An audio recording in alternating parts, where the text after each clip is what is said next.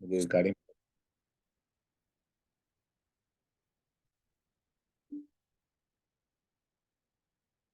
سورۃ الفاتحہ،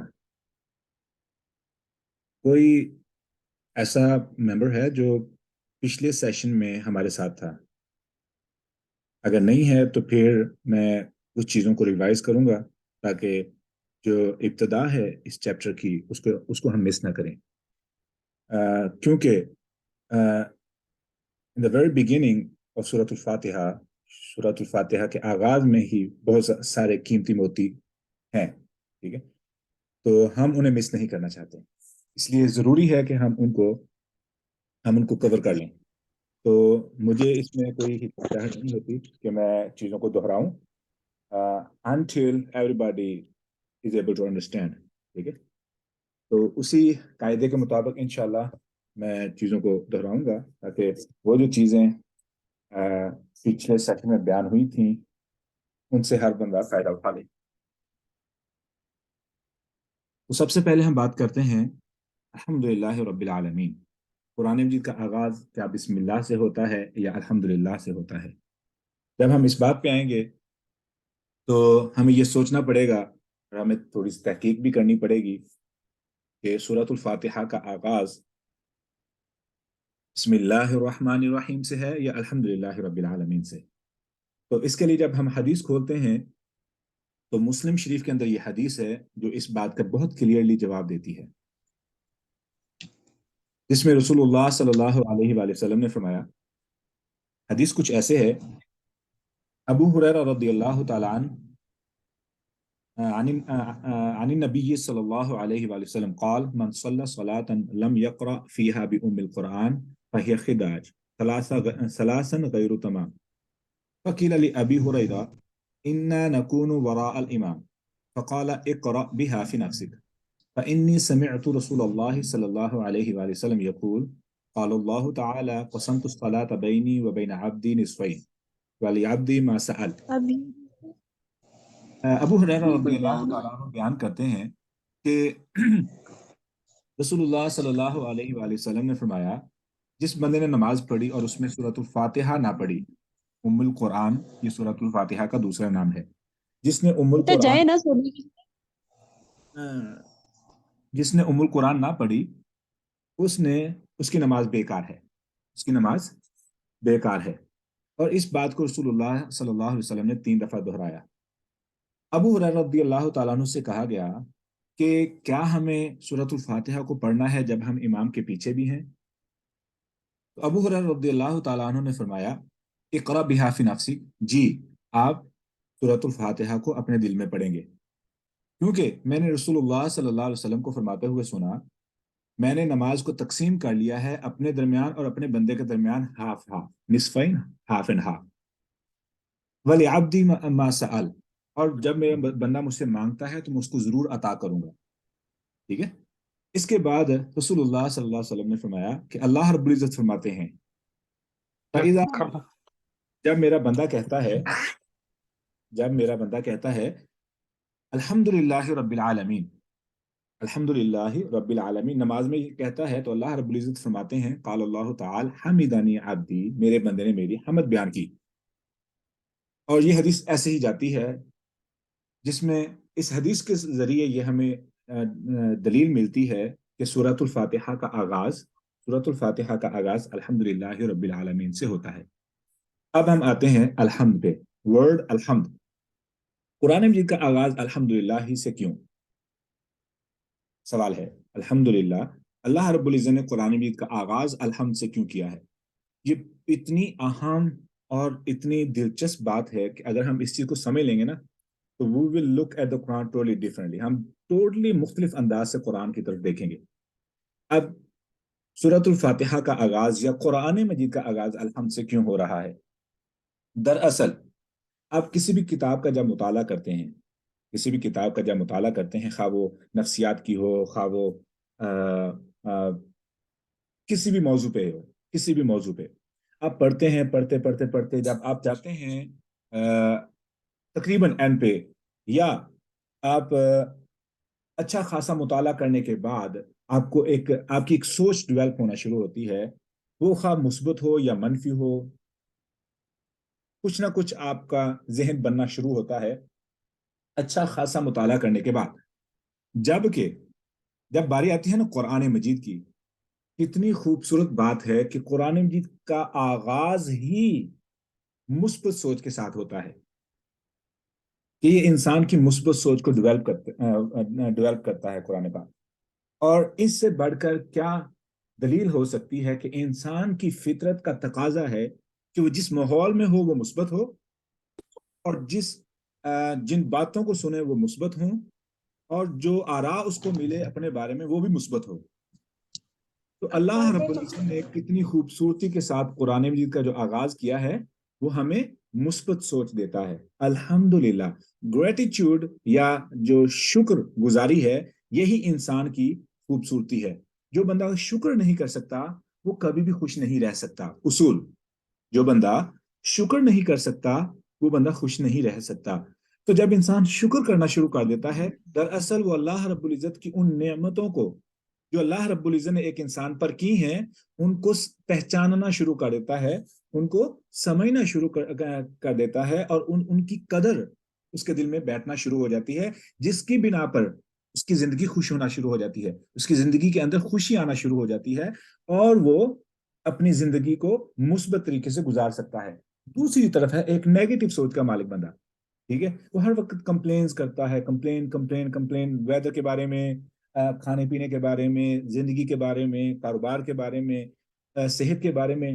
تو ایسا بندہ کبھی بھی کوئی بھی بندہ اس کے ساتھ بیٹھنا پسند نہیں کرے گا.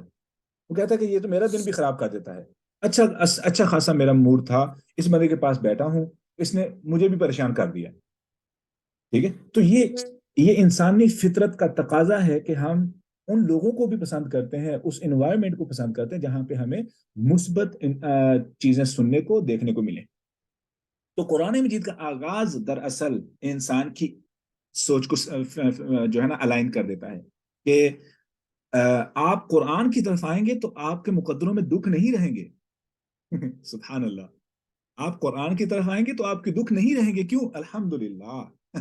اللہ اکبر، سچ اے بیوٹیفل تھنگ، رائٹ؟ تو کتنی ہی خوبصورتی کے ساتھ ہماری سوچ کو اللہ رب العزت نے ڈیولپ کر دیا ہے، پازیٹیویٹی کے ساتھ، گریٹیچیوڈ کے ساتھ. جو ہی ہم پہلا ورڈ پڑھتے ہیں الحمدللہ.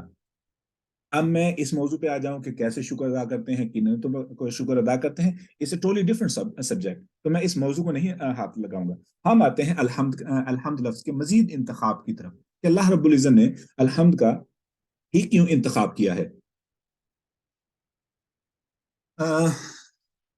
ہماری اردو زبان اور دنیا کی کوئی بھی زبان، پنجابی میں بعض دفعہ ایسے ہوتا ہے کہ ڈول میننگ، مطلب کہ ازدواج المعنی، یا ایک لفظ کو سننے پر آپ کے ذہن میں دو معنی آ رہے ہوتے ہیں. پنجابی میں بعض دفعہ ہوتا ہے لیکن زیادہ مثبت سے نیگیٹو زیادہ ہوتے ہیں. لیکن قرآن مجید کا اعجاز یہ ہے کہ یہ لفظ ایک استعمال کرتا ہے اور اس کے اندر ملٹیپل میننگز ہوتے ہیں، یا ازدواج المعنی یا ڈول میننگ.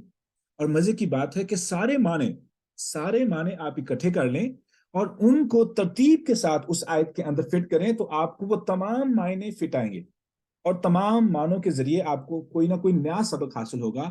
یہ بھی قرآن مجید کے معجزوں میں سے ایک معجزہ ہے کہ ایک لفظ کا انتخاب اور اس کے اندر موجود تمام معنی اس آیت کے اندر فٹ آ رہے ہوتے ہیں. سبحان اللہ. اب الحمد کے کتنے معنی ہیں؟ الحمد کے دو معنی ہیں. دکھ کی بات یہ ہے کہ کوئی بھی زبان ایسا لفظ نہیں دے سکتی جس لفظ کے اندر اس انداز کے دونوں معنی موجود ہوں. اب الحمد کے کیا معنی ہیں؟ پہلا معنی ہے تعریف اور دوسرا ہے شکر. پہلا ہے تعریف اور دوسرا ہے شکر. اور اگر ہم انگلش میں بات کریں گے تو ہمیں یہ کہنا پڑے گا کہ الحمد کا معنی اونلی پریز نہیں ہے، ٹھیک ہے، اس کا معنی پریز اینڈ تھینکس دونوں ہیں. اب پریز اینڈ تھینکس یا شکر اور تعریف دو الگ الگ چیزیں ہیں. تعریف اور شکر دو الگ الگ چیزیں ہیں. شکر دراصل آپ کے جذبے کا نام ہے، آپ کے ایموشن کا نام ہے، آپ کے جذبے کا نام ہے. تعریف آپ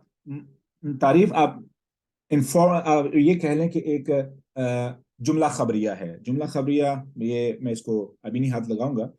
آپ انفارمیشن دے رہے ہیں کہ آپ کو کوئی چیز پسند آئی ہے، لیکن شکر جو ہے وہ آپ کا ایکچوئل گریٹی آپ کا ایموشن ہے، آپ کا جو جذبہ ہے جس میں آپ ایک چیز کو ریئلائز کرنے کے بعد آپ اس چیز کا شکر ادا کرتے ہیں، اس کو مزید سمجھتے ہیں۔ اللہ رب العزت چاہتے تو تعریف کے لیے ایک الگ لفظ ہے عربک کے اندر جسے المدح بھی کہا جاتا ہے۔ المدح کا مطلب بھی تعریف ہے، المدح۔ دوسرا ہے الثناء، الثناء کا معنی بھی تعریف ہے۔ اللہ رب العزت نے ان دونوں کو استعمال نہیں کیا، چاہتے تو اللہ رب العزت استعمال کر سکتے تھے المدح للہ رب العالمین اور الثناء للہ رب العالمین اور المدح والثناء للہ رب العالمین، پر ایسا نہیں ہوا۔ اور مزے کی بات ہے کہ شکر کے لیے الگ لفظ موجود ہے جو کہ ہے الشکر، واللہ یحب الشاکرین، اللہ شکر کرنے والوں کو پسند کرتا ہے۔ مثال کے طور پہ میں نے ویسے ہی یہ عبارت بنا دی ہے کہ شکر ایک عربی کا لفظ ہے، یہ اوریجنل عربک ورڈ ہے، لیکن اللہ رب العزت نے شکر کو بھی الگ استعمال نہیں کیا۔ جیسے کہ اگر اب چونکہ ہم دو معنی کر رہے ہیں تعریف اور شکر، تو اللہ رب العزت چاہتے تو المدح والشکر للہ رب العالمین کر دیتے، پر نہیں۔ کیوں ایسا کیوں نہیں ہوا؟ یہ ہے ایک دلچسپ بات۔ اب ہم دیکھتے ہیں کہ اللہ رب العزت نے الحمد ہی کا انتخاب کیوں کیا ہے، کیونکہ اس کے اندر تعریف اور شکر دونوں کے معنی پائے جاتے ہیں۔ اب ہم دونوں کو الگ الگ سمجھیں گے۔ آپ کے پاس سے ایک اچھی گاڑی گزرتی ہے مثال کے طور پہ، اس کا کلر بھی، اس کا ماڈل وٹ ایور، رائٹ، اور آپ کو دیکھ کے وہ چیز اچھی لگتی ہے، ماڈل اچھا لگتا ہے، ٹھیک ہے، لیکن آپ کو غرض نہیں ہے۔ کیوں غرض نہیں ہے؟ کیونکہ آپ استعمال نہیں کر رہے ہیں۔ تو آپ تعریف تو کر سکتے ہیں لیکن آپ شکر نہیں ادا کریں گے۔ ہاں، وہی گاڑی اگر آپ کے پاس آئے اور وہ بندہ آپ کا دوست ہو اور کہے would you like try it, ٹھیک ہے، آپ گاڑی کو ٹیسٹ کریں، آپ کہیں گے اوہ دیٹس ریئلی نائس، یہ بہت بڑھیا کار ہے، بہت اچھی کار ہے، تو آپ اس وقت اس بندے کا شکریہ ادا کریں گے کیونکہ آپ نے اس کو ایکسپیرینس کیا ہے۔ اس کو مزید سمجھنے کے لیے، شکر اس جذبے کا نام ہے جب اگلے بندے کی کسی نیکی کو، احسان کو آپ پہچان لیں، آپ اس کو ریئلائز کر لیں کہ اس بندے نے میرے لیے کچھ کیا ہے، اس وقت آپ دل سے کہتے ہیں تھینک یو، ٹھیک ہے، آپ اس کے احسان کو سمجھ لینے کے بعد شکر ادا کرتے ہیں۔ اب مسئلہ یہ ہے کہ عین ممکن ہے کہ آپ شکر کریں اور تعریف نہ کریں، زندگی میں یہ بھی ممکن ہے آپ شکر کریں تعریف نہ کریں، یا تعریف کریں شکر نہ کریں، تو دونوں الگ الگ ہو سکتے ہیں۔ لیکن اللہ رب العزت چاہتے ہیں کہ ہم جب اللہ رب العزت کی تعریف کریں تو شکر بھی ساتھ کریں، خواہ وہ مشکل کا وقت ہو، خواہ وہ خوشی کا وقت ہو، خواہ وہ صحت کا معاملہ ہو، خواہ وہ بیماری کا معاملہ ہو۔ جب ہم الحمدللہ بولیں، ہمیں بیماری کے اندر چاہے دکھ ہی مل رہا ہو لیکن اس کے اندر موجود حکمت کا ہمیں شاید علم نہ ہو، لیکن ہم اللہ کا شکر اس لیے ادا کریں گے کیونکہ اللہ حکیم ہے، اللہ ہمیں کسی بھی مصیبت میں بلا وجہ نہیں مبتلا کریں گے۔ اللہ رب العزت حکیم ہونے کے ناطے سے سب سے زیادہ محبت بھی ہم ہی سے کرتے ہیں، تو اللہ کی طرف سے آنے والی مصیبت کے اندر بھی اتنی ہی بڑی حکمت ہے جتنی کہ ہمارے لیے کسی خوشی کے اندر، ٹھیک ہے۔ تو اس لیے مومن بندہ مصیبت کے وقت بھی ویسے ہی شکر ادا کرتا ہے جیسے کہ خوشی کے وقت۔ تو ہمیں شکر گزار بننے کے لیے پریشانی میں بھی شکر ادا کرنا ہے۔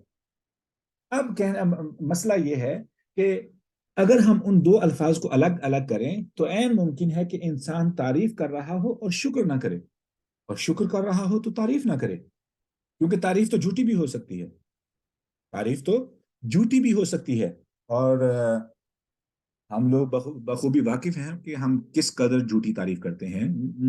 جب کوئی کام نکالنا ہو، کوئی مصیبت پڑ جائے، ٹھیک ہے، تو تعریف کرنی پڑتی ہے، یا کوئی lot of examples، تو میں یہیں پہ رکوں گا۔